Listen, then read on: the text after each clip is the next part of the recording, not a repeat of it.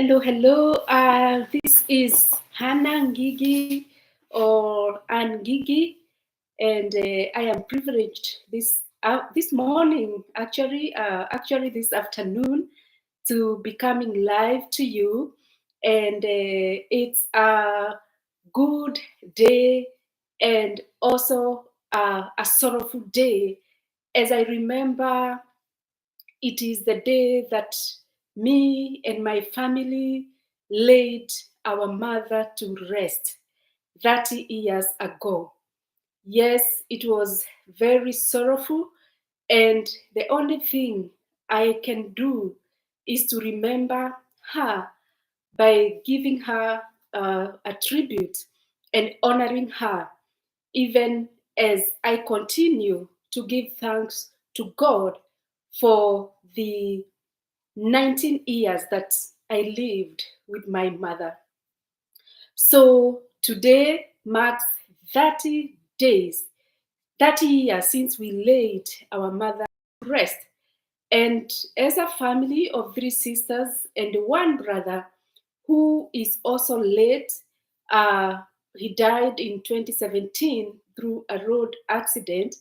We are thanking God for his faithfulness over our lives during the 30 years without our mother. My father had died many years ago when I was a young kid and I was in grade one or class one when we heard that my father had died. That time they had already separated with my, and so we were not living together as a family, and we never knew about his sickness. So we later found that my father was diabetic, and when he died, his legs were swollen. But because of this separation, the family, the new family, refused us to visit our father, and neither did we visit him in the hospital or even when he was buried. So, the reason why I am going live is to talk about the sickness that caused the life of my mother. Because as I grew up as a family, we were told that my father used to beat my mother like every day. My mother went through beatings. My mother went through harassment.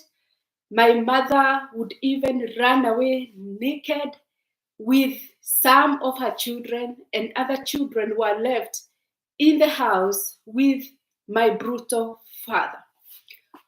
It was, on and off beatings, running away, going to my grandmother's home, suffering to take care of her kids, and then going back to my father. And it continued and continued several times until this one day, it was a matter of life and death when my mother was beaten, and she had just given birth to my brother, and she was beaten because one of my father's brother, who is my uncle, accused my mother of mismanaging a shop that he is the one who was called to manage when my mother was had taken a leave, from the maternity. And this time she was beaten, and she was beaten to death. She ran away with physical injuries, and her ribs were broken, ended up in the hospital, and the rest is history.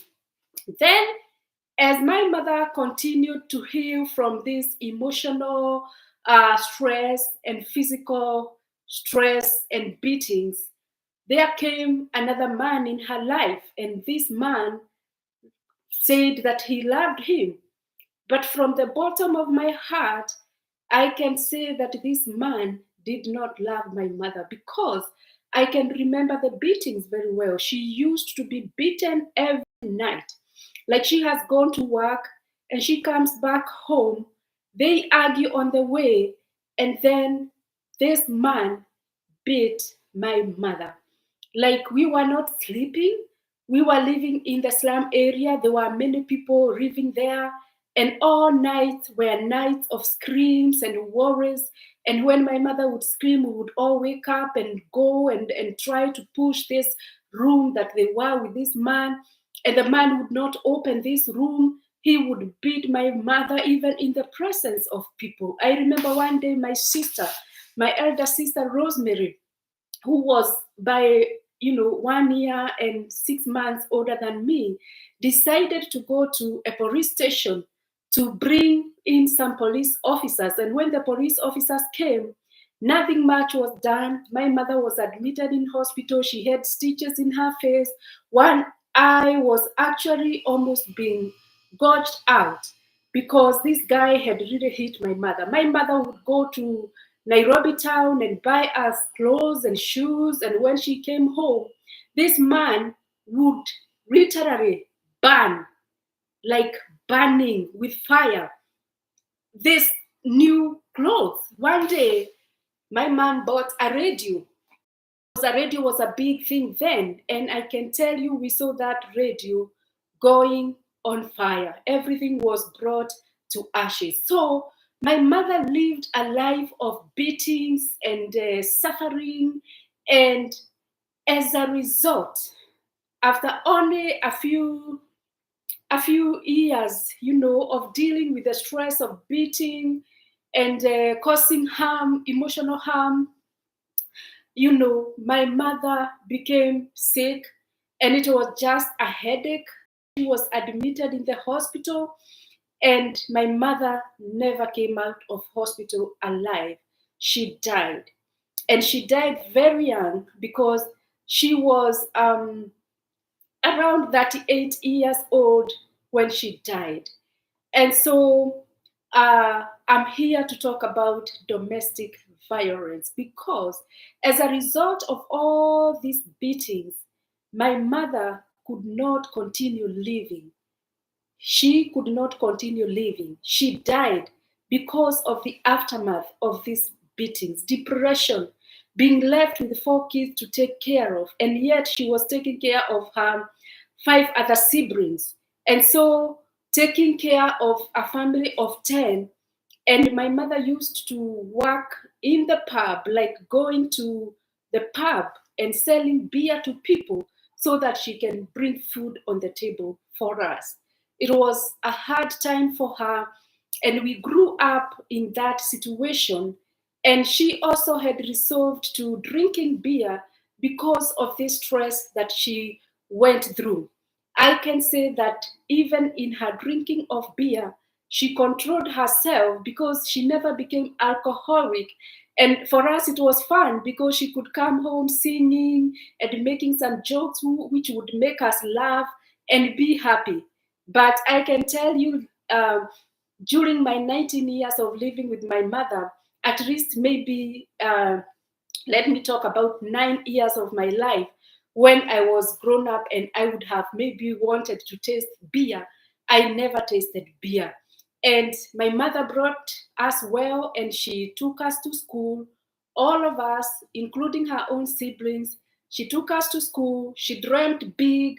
She had faith in God, even though she never went to church, but she believed in God and she believed that her kids are going to even travel to international universities just to study. So my mother had a lot of faith in her children. Today, I know that women are suffering. Women are suffering in the hands of their husbands. They are suffering. Children are suffering in the hands of their fathers. And these fathers are brutal. These fathers have caused a lot of stress. No wonder we have so many depression. We have so many deaths. These are the times we hear a father decided to kill his wife and all the children, you know, and the society is quiet on this, and the government is also quiet on this, and people are continuing to suffer. People are continuing to die in the hands of men. Some of these men are even coming out from their other families and joining these other families and bringing in the problems, because like the one who liked my mother and my mother, liked him back, she never knew that she would become a beater or somebody who would harass her with beatings in the presence of her children. She was just trying to look for love, and she was probably trying to look for somebody who can understand her, or even somebody who can help her to raise her children, because raising 9 of us was not easy, including her own mother, who was a widow by that time. So I am talking about this just to honor my mother, as I remember the suffering she went through, as I remember the beatings that caused her harm and finally caused her death. But I am grateful to God, because even without my mother and my father, God brought in angels into our lives. Today, we are grateful and we are thankful to God because He came in and stood in the gap. So, this video is to encourage someone who is going through stress, depression, beatings, to tell you that you don't have to stay there. You don't have to die there. If you don't run away from that relationship, as my mother did, then the intention is to harm you. The intention is to kill you. And you cannot stay there to die there. My mother ran away, and she was naked when she ran away. And what happened, because she had left her child with my father, who was very young then, my father decided to bring this child to where my mother went and actually left my brother, in at the farm. And so when my mother and my grandmother were in the house, they had a baby crying. And when they went to look, they saw it is my brother who was left by my father there crying. So I wondered, what kind of a father can do that? What kind of a father can do that? It pains me a lot. I tear a lot whenever I think about my father and what he he did to my mother and to us as his children. So if you are there and you are suffering, it is time for you to think ahead. Do not look back. Just go ahead. Move out of that house. The rest God will take care of. Because when my mother moved from my father, I was I was 4 years old, and I lived with my mother for another 15 years before she succumbed to death. So God gave us good time together with my mother. 15 years is not a short time. If she had decided to stay there, she would have died long time ago and left her children suffering even more. We don't even know what would have happened to us today, because my um, family from the other side, from my father's side, they rejected us. They threw us away, and they never wanted to hear anything from us. Even when we grew older and tried to look for them, they still did not want reconciliation with us, even in the absence of my mother. So I'm here to honor my mother, and to just remember that it is that year since we laid her to rest. And today I am looking back and thanking God with gratitude in my heart to see how far God has taken us. So, as a mother, I have a daughter, and I would love the best for my daughter. So, if the worst comes to the worst, I would advise all mothers who are in relationships, harmful relationships, painful, stressful, to leave for the sake of their children, and do not leave your children back. So you need to move away and you need to go with your kids and look up to God. God will be there for you. God will take care of you. God will educate your children. And they will even go to international universities because we have a God who hears and answers prayers. And we have a God who takes care of single mothers, people who are fatherless, children who are fatherless. That is what his word says, that he becomes the father to the fatherless. He becomes the husband to the single ladies, to the widows. He becomes the father. I leave you with that word, and may the Lord be with you.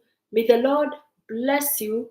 And I owe this tribute to my mother, Teresia Wamboi Mwaura, who died 30 years ago.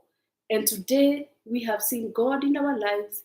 He has been faithful to us. He has taken good care of us.